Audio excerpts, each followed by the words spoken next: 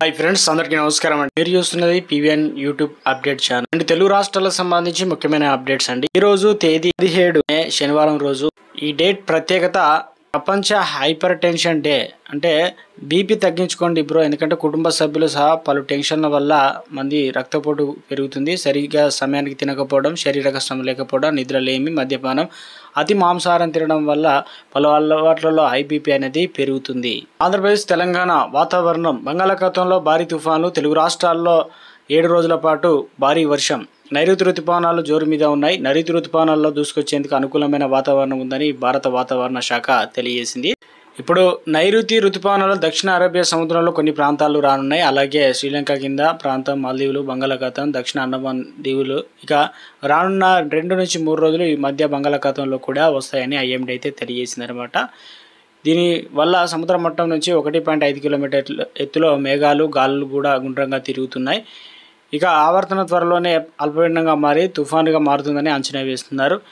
ఈ శక్తి తుఫాను వచ్చే 2 వారాల పాటు ప్రభావం చూపుతుందని అంచనా వేసింది. ఇక వచ్చే వారం రోజుల పాటు ఏపీ, తెలంగాణలో తేలికపాటి నుంచి మోస్తరు వర్షాలు చాలా చోట్ల కురుస్తాయని, ఉరుములు, మెరుపులు, పిడుగులు పడతాయని, పిడుగుల శబ్దం చాలా ఎక్కువగా ఉంటుందని వాతావరణ శాఖ తెలియజేసింది. తెలంగాణలో ఉద్యోగ ప్రకటనలకు కసరత్తు. ఎస్సీ వర్గీకరణ ఆధారంగా సవరణ ప్రతిపాదనలు స్వీకరిస్తున్న త్వరలో 20,000 పైగా పోస్టులకు నోటిఫికేషన్లు. ఎస్సీ వర్గీకరణ ఆధారంగా ప్రణాళికల ఖాళీలన్నింటినీ ఇప్పించుకొని ఉద్యోగాలు భర్తీ చేసేందుకు సవరణ క్యాలెండర్ జారీ చేసేందుకు ప్రణాళికలు రచిస్తున్నారు. బ్యాక్లాగ్ పోస్టులతో కూడా ఏటా క్యాలెండర్ ప్రకటించాలని ప్రభుత్వం నిర్ణయించింది. రాష్ట్రంలో ఉద్యోగులకు సంబంధించి దరఖాస్తులు చేసుకోవడం జరిగింది. లైసెన్సులు, సర్వేయర్ల నియామకాలు చేపట్టేందుకు ప్రభుత్వం దరఖాస్తులు ఆహ్వానించగా శుక్రవారం నాటికి 6,010 దరఖాస్తులు అయితే అందినట్లు రెవెన్యూ వర్గాలు వెల్లడించాయి. మే 23 నుంచి ఈఓ పోస్టుల ఎంపిక, అభ్యర్థులు, సర్టిఫికెట్లు వెరిఫికేషన్.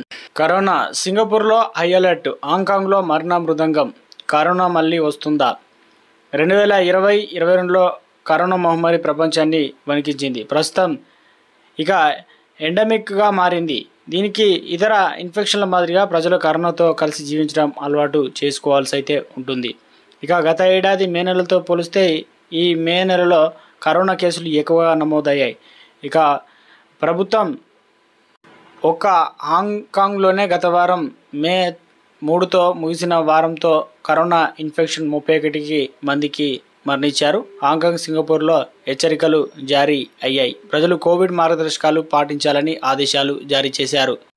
కోవిడ్ కొత్త రూపం దాల్చిందా? ఇక కోవిడ్ కొత్త సబ్ వేరియంట్ JN.1. కరోనా కొత్త sub variant JN.1 BA.2.86 version సంతానం. ఇక ఈ వేరియంట్ దేశానికి కొత్తదే అయినప్పటికీ ప్రపంచంలో దీని కేసులు ఇదివరకే వెలుగులోకి వచ్చాయి. ఇందిరమ్మ ఇళ్లకు సంబంధించి లేటెస్ట్ అప్డేట్ అయితే వచ్చిందండి. ఇందిరమ్మ ఇల్లు ఇలా నిర్మిస్తేనే బిల్లులు. ఇక తెలంగాణ ప్రభుత్వం పేదలకు ఇందిరమ్మ ఇల్లు ప్రతిష్టాత్మకంగా చేపట్టిన విషయం మనందరికీ తెలిసిందే కదా. సొంత స్థలం కలిగిన పేదవారు 400 నుంచి 600 చదరపు అడుగుల విస్తీర్ణంలో తమకు నచ్చిన విధంగా ఇల్లు నిర్మించుకోవచ్చు. ఇందుకోసం ప్రభుత్వం 5 విడతల్లో మొత్తం 5 లక్షల రూపాయలు జమ చేస్తూ ఉన్నారు. ఈ నిబంధనలకు లోబడి ఇళ్ల నిర్మాణం చేసుకోరో వారికి తప్పనిసరిగా బిల్లులు రావడానికి అవకాశాలు చాలా తక్కువగా అయితే ఉన్నాయి. ఇక ఏదైతే ప్రతి మండలంలో నమూనా ఇల్లు నిర్మించాం. గతంలో 650 చదరపు అడుగుల డబుల్ బెడ్రూమ్లు ఇల్లు నిర్మించినట్లు వివరించారు. ఇప్పుడు 600 చదరపు అడుగుల వరకే ఇల్లు నిర్మించుకునే అవకాశం ఇస్తున్నామన్నారు. ఇల్లు విశాలంగా ఉంటుందని మొదట 370 మంది లబ్ధాలు 600 చదరపు అడుగుల కంటే ఎక్కువ విస్తీర్ణంలో వేసుకున్నారని, వీరికి మరో ఛాన్స్ ఇస్తామన్నారు. ఇందిరమ్మ ఇల్లు నిర్మించుకునే వారికి బిగ్ అలర్ట్ అండి. ఇక ప్రభుత్వం ఇప్పటికే కొత్త టెక్నాలజీ వాడిందన్నమాట. ప్రభుత్వం మొదటి విడత వచ్చేసి 70,122 ఇల్లు మంజూరు చేయగా 46,432 ఇల్లు మంజూరు పత్రాలు అందించారు. అందులో 17,000 మంది ఇంటి నిర్మాణం పనులు ప్రారంభించగా వీటిలో 4,500 మంది ఇళ్ల పునాది పూర్తయినట్లు ఆన్లైన్లో నమోదు చేశారు. అయితే ఇందిరమ్మ ఇల్లు ఎంపిక బిల్లులు మంజూరులో ఆర్టిఫిషియల్ ఇంటెలిజెన్స్ అంటే కొత్త యాప్ తీసుకురావడం సాంకేతికతో పాత్ర పోషిస్తుందన్నమాట. మొదటి దశలో బిల్లులు మంజూరులో భాగంగా ఆన్లైన్లో అప్లోడ్ చేసిన వివరాలు అధికారులతో పాటు సాంకేతిక జల్లెడ పడుతున్నాయి. ఇందిరమ్మ ఇల్లు యాప్ గుంతలు, పునాది, పిల్లర్లు, స్లాబ్లు, గోడలు వంటి స్వరూపం వాటి ఫోటోలను ముందే నమోదు చేశారు. దరఖాస్తుదారు సంబంధించి 360 డిగ్రీలో సమాచారం నిక్షిప్తం ఉంటుంది. దీంతో క్షేత్రస్థాయిలో లబ్ధిదారు వివరాలు, పనులు పరిస్థితిని యాప్లో అయితే నమోదు చేయగానే ఆర్టిఫిషియల్ ఇంటెలిజెన్స్ పరిశీలిస్తుంది. ఉండాల్సిన నిబంధనలకు ఇంటి నిర్మాణం భిన్నంగా కనిపిస్తే వెంటనే గుర్తిస్తుందన్నమాట.